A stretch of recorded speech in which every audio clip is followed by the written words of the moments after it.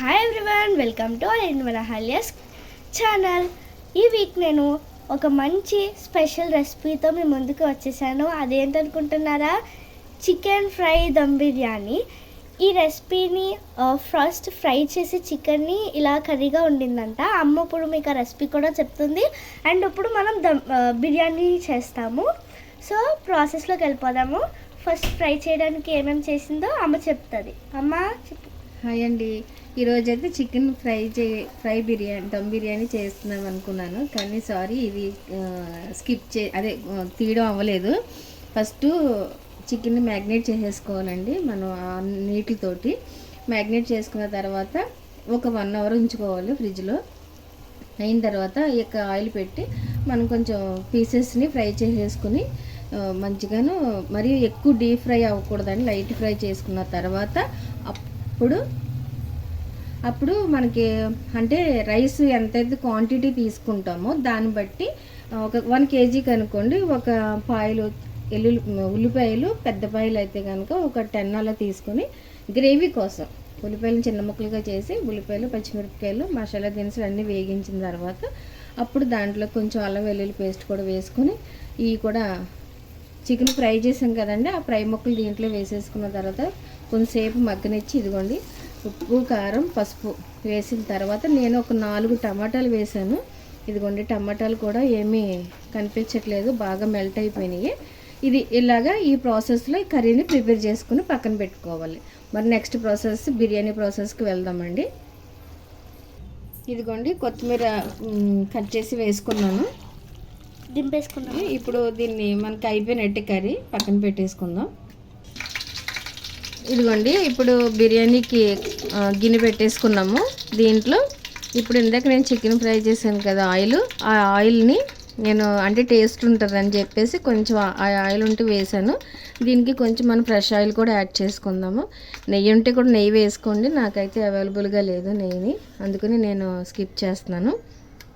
నెయ్యి వేసుకుంటే రైస్ పొడి పొడిగా వచ్చేస్తుంది, బాగుంటుందండి. నెయ్యి బదులు లేదనుకుంటే నిమ్మకాయ కూడా పెట్టుకున్నా బాగానే ఉంటుంది. 2 స్పూన్స్ ఫ్రెష్ ఆయిల్ వేసానండి. ఓకేనా, నెక్స్ట్ ప్రాసెస్ చూద్దాం. ఇదిగోండి ఇప్పుడు బిర్యానీకి కావాల్సిన మసాలా దినుసులు మీ అందరికీ తెలుసు కదా, ఇది మరాఠీ మొగ్గ అండ్ కస్తూరి మేతిని నలుపుకుని వేసుకోండి. సాజీరా, దాల్చిన చెక్క, లవంగ, యాలకులు అండ్ లోపల ఉన్నాయి లవంగ మొగ్గలు అండ్ జాపత్రి, జాజి పువ్వు, ఇవన్నీ మసాలా దినుసులు వేసుకోవడమే ఆయిల్ వేగిన తర్వాత. ఓకేనండి, వేసేసుకుందాం.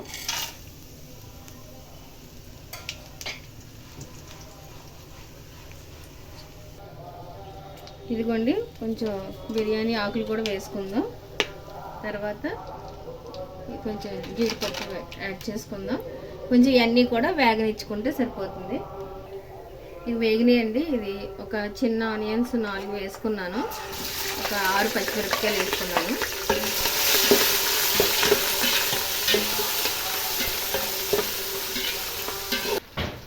ఇదిగోండి అవి వేగుతూ ఉన్నాయి. వేగుతున్నప్పుడు ఇదిగోండి మనకి కొత్తిమీరని కట్ చేసుకుందాం. శుభ్రంగా చేసుకుని కడిగేసుకొని ఇలా నేను కొంచెం కొత్తిమీర వేసుకుందాం.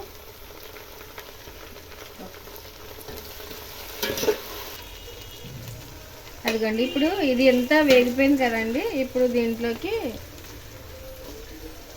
ఒక 2 టేబుల్ స్పూన్స్ అల్లం వెల్లుల్లి పేస్ట్ నేను ఇంట్లోనే ప్రిపేర్ చేస్తానండి. ఇది ఒక 4 రోజులు సరిపడగా, అంతే, ఎక్కువగా నిల్వ ఉంచును. 2 స్పూన్లు వేసుకున్నాను. 2 స్పూన్లు వేసుకుని దీన్ని కూడా బాగా పచ్చివాసన పోయేంత వరకు వేగించుకున్నామండి. ఇదిగోండి కొంచెం బిర్యానీ పౌడర్ ఉంది, వేసాను, 1 స్పూన్ ఉంటుందండి. ఇదిగోండి ఇది వేగింది కదా. ఇప్పుడు దీంట్లోకి నేను దీంతో 2 స్పూన్స్ కర్డ్ వేసుకొని దీన్ని మెల్ట్ చేసి దీంట్లో 1 స్పూన్ కారం వేసి కలిపానండి. దీంట్లో యాడ్ చేసుకోవడమే.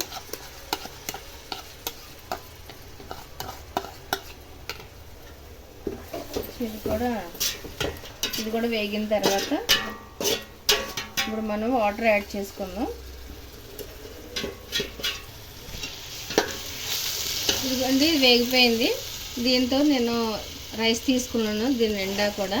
అందుకని నేను కొంచెం బాస్మతి కొంచెం సోనా మసూరి మిక్స్ చేశాను, దీని నిండా తీసుకున్నాను. దీంతో 1/2 వాటర్ యాడ్ చేసుకోవాలి. రెండు గిన్నెలు వేసుకోవాలండి వాటర్. ఇది వాటర్ ఇది నేను కొలుచుకున్నాను, మీకు మళ్ళీ కొలిచి చూపిస్తాను.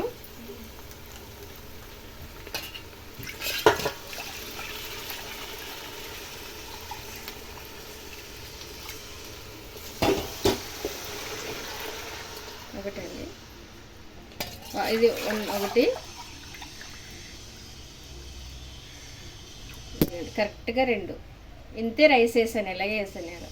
కొంచెం బాస్మతి కొంచెం సోనా మసూరి మిక్స్ చేసుకుంటే చాలా టేస్ట్ ఉంటుందండి. రైస్ వేసేసుకున్నాం. ఇప్పుడు సాల్ట్ యాడ్ చేద్దాం. ఇదిగోండి కల్లుప్పు, ఇది వేసుకుందాం. ఒక 1.5 ఉంటుంది. ఒకసారి బాయిల్ అయిన తర్వాత టేస్ట్ చూసుకుంటే మనకి అడ్జస్ట్ చేసుకోవచ్చు ఈ టైంలో, రైస్ వేయక ముందు. ఓకేనండి. ఇదిగోండి వాటర్ పోసుకున్నాం కదా, తిరగబడిన తర్వాత సాల్ట్ చూసుకుందాం అనుకున్నాను కదండి. సాల్ట్ అయితే సరిపోలేదు, కొంచెం యాడ్ చేసుకుందాం. ఇదిగోండి కొంచెం ఉప్పుని యాడ్ చేసుకున్నాను, సరిపోయింది. ఇప్పుడు ఈ టైంలో మనం రైస్ వేసుకుందాం. ఇదిగోండి వాటర్ని తీసేసి రైస్ వేసుకుంటున్నాను. బాస్మతిని సోనా మసూరి మిక్స్ చేసాం కదండి, ఒక 1 అవర్ నానబెట్టానండి. ఇదిగోండి రైస్ వేసేసుకున్నాం కదా, రైస్ వేసుకున్న తర్వాత కొంచెం ఒకసారి ఇలా తిప్పేసుకొని దీన్ని మూత పెట్టేసుకుందాం. హైలో పెట్టేసుకుంటే ఈవెన్గా వచ్చేస్తాయి. ఇదిగోండి ఇలాగా రైసు వాటర్ ఇలా ఈక్వల్గా అయిపోతుంది అనుకోండి. ఒకసారి తిప్పుకొని ఇప్పుడు మనం దీన్ని లేయర్గా వేద్దామండి. ఇంకా కొంచెం వాటర్ అడ్జస్ట్ చేసుకున్న తర్వాత చూద్దాము. ఓకేనా. ఇదిగోండి రైస్ ఇలా అయిపోయింది. దీన్ని ఇందులో ఉన్న రైస్ని ఇందులోకి ట్రాన్స్ఫర్ చేశాను. ఇప్పుడు కొంచెం రైస్ అడుగు నుంచానండి. ఇప్పుడు కర్రీ వేద్దాం.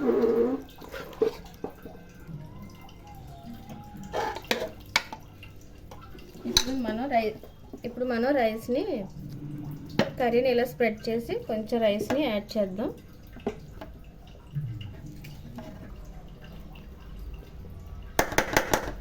ఇప్పుడు మళ్ళీ కొంచెం రైస్ కొంచెం కర్రీ తీసుకుందాం. ఇదిగోండి ఇప్పుడు ఇలాగ లేయర్ల కింద వేసేసుకున్నాము. లాస్ట్ది ఇది అయిపోయిందండి. అయిపోయిన తర్వాత కొంచెం కొత్తిమీర కూడా ఇలా వేసేసుకుందాం.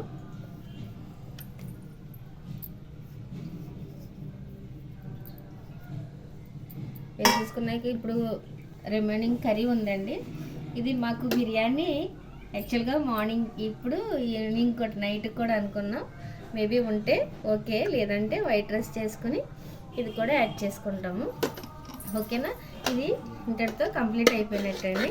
దీన్ని కాసేపు ఒక 5 మినిట్స్ సిమ్లో ఉంచి కొంచెంసేపు కుక్ చేసుకుంటే సరిపోతుంది. ఇంకా ఏం అవసరం లేదు, దింపేసుకోవడమే. మరి టేస్ట్ అయితే చాలా బాగుంటుందని మీరు కూడా ట్రై చేయండి. మీకు నచ్చితే కనుక లైక్ చేయండి, షేర్ చేయండి, సబ్స్క్రైబ్ చేయండి. ప్లీజ్ సపోర్ట్ చేయండి.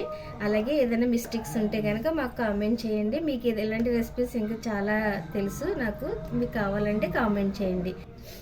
మరి నచ్చితే కనుక లైక్ చేయండి. మరి మా వీడియో మీకు నచ్చితే కనుక గంటని గట్టిగా కొట్టండి, మర్చిపోవద్దే ప్లీజ్.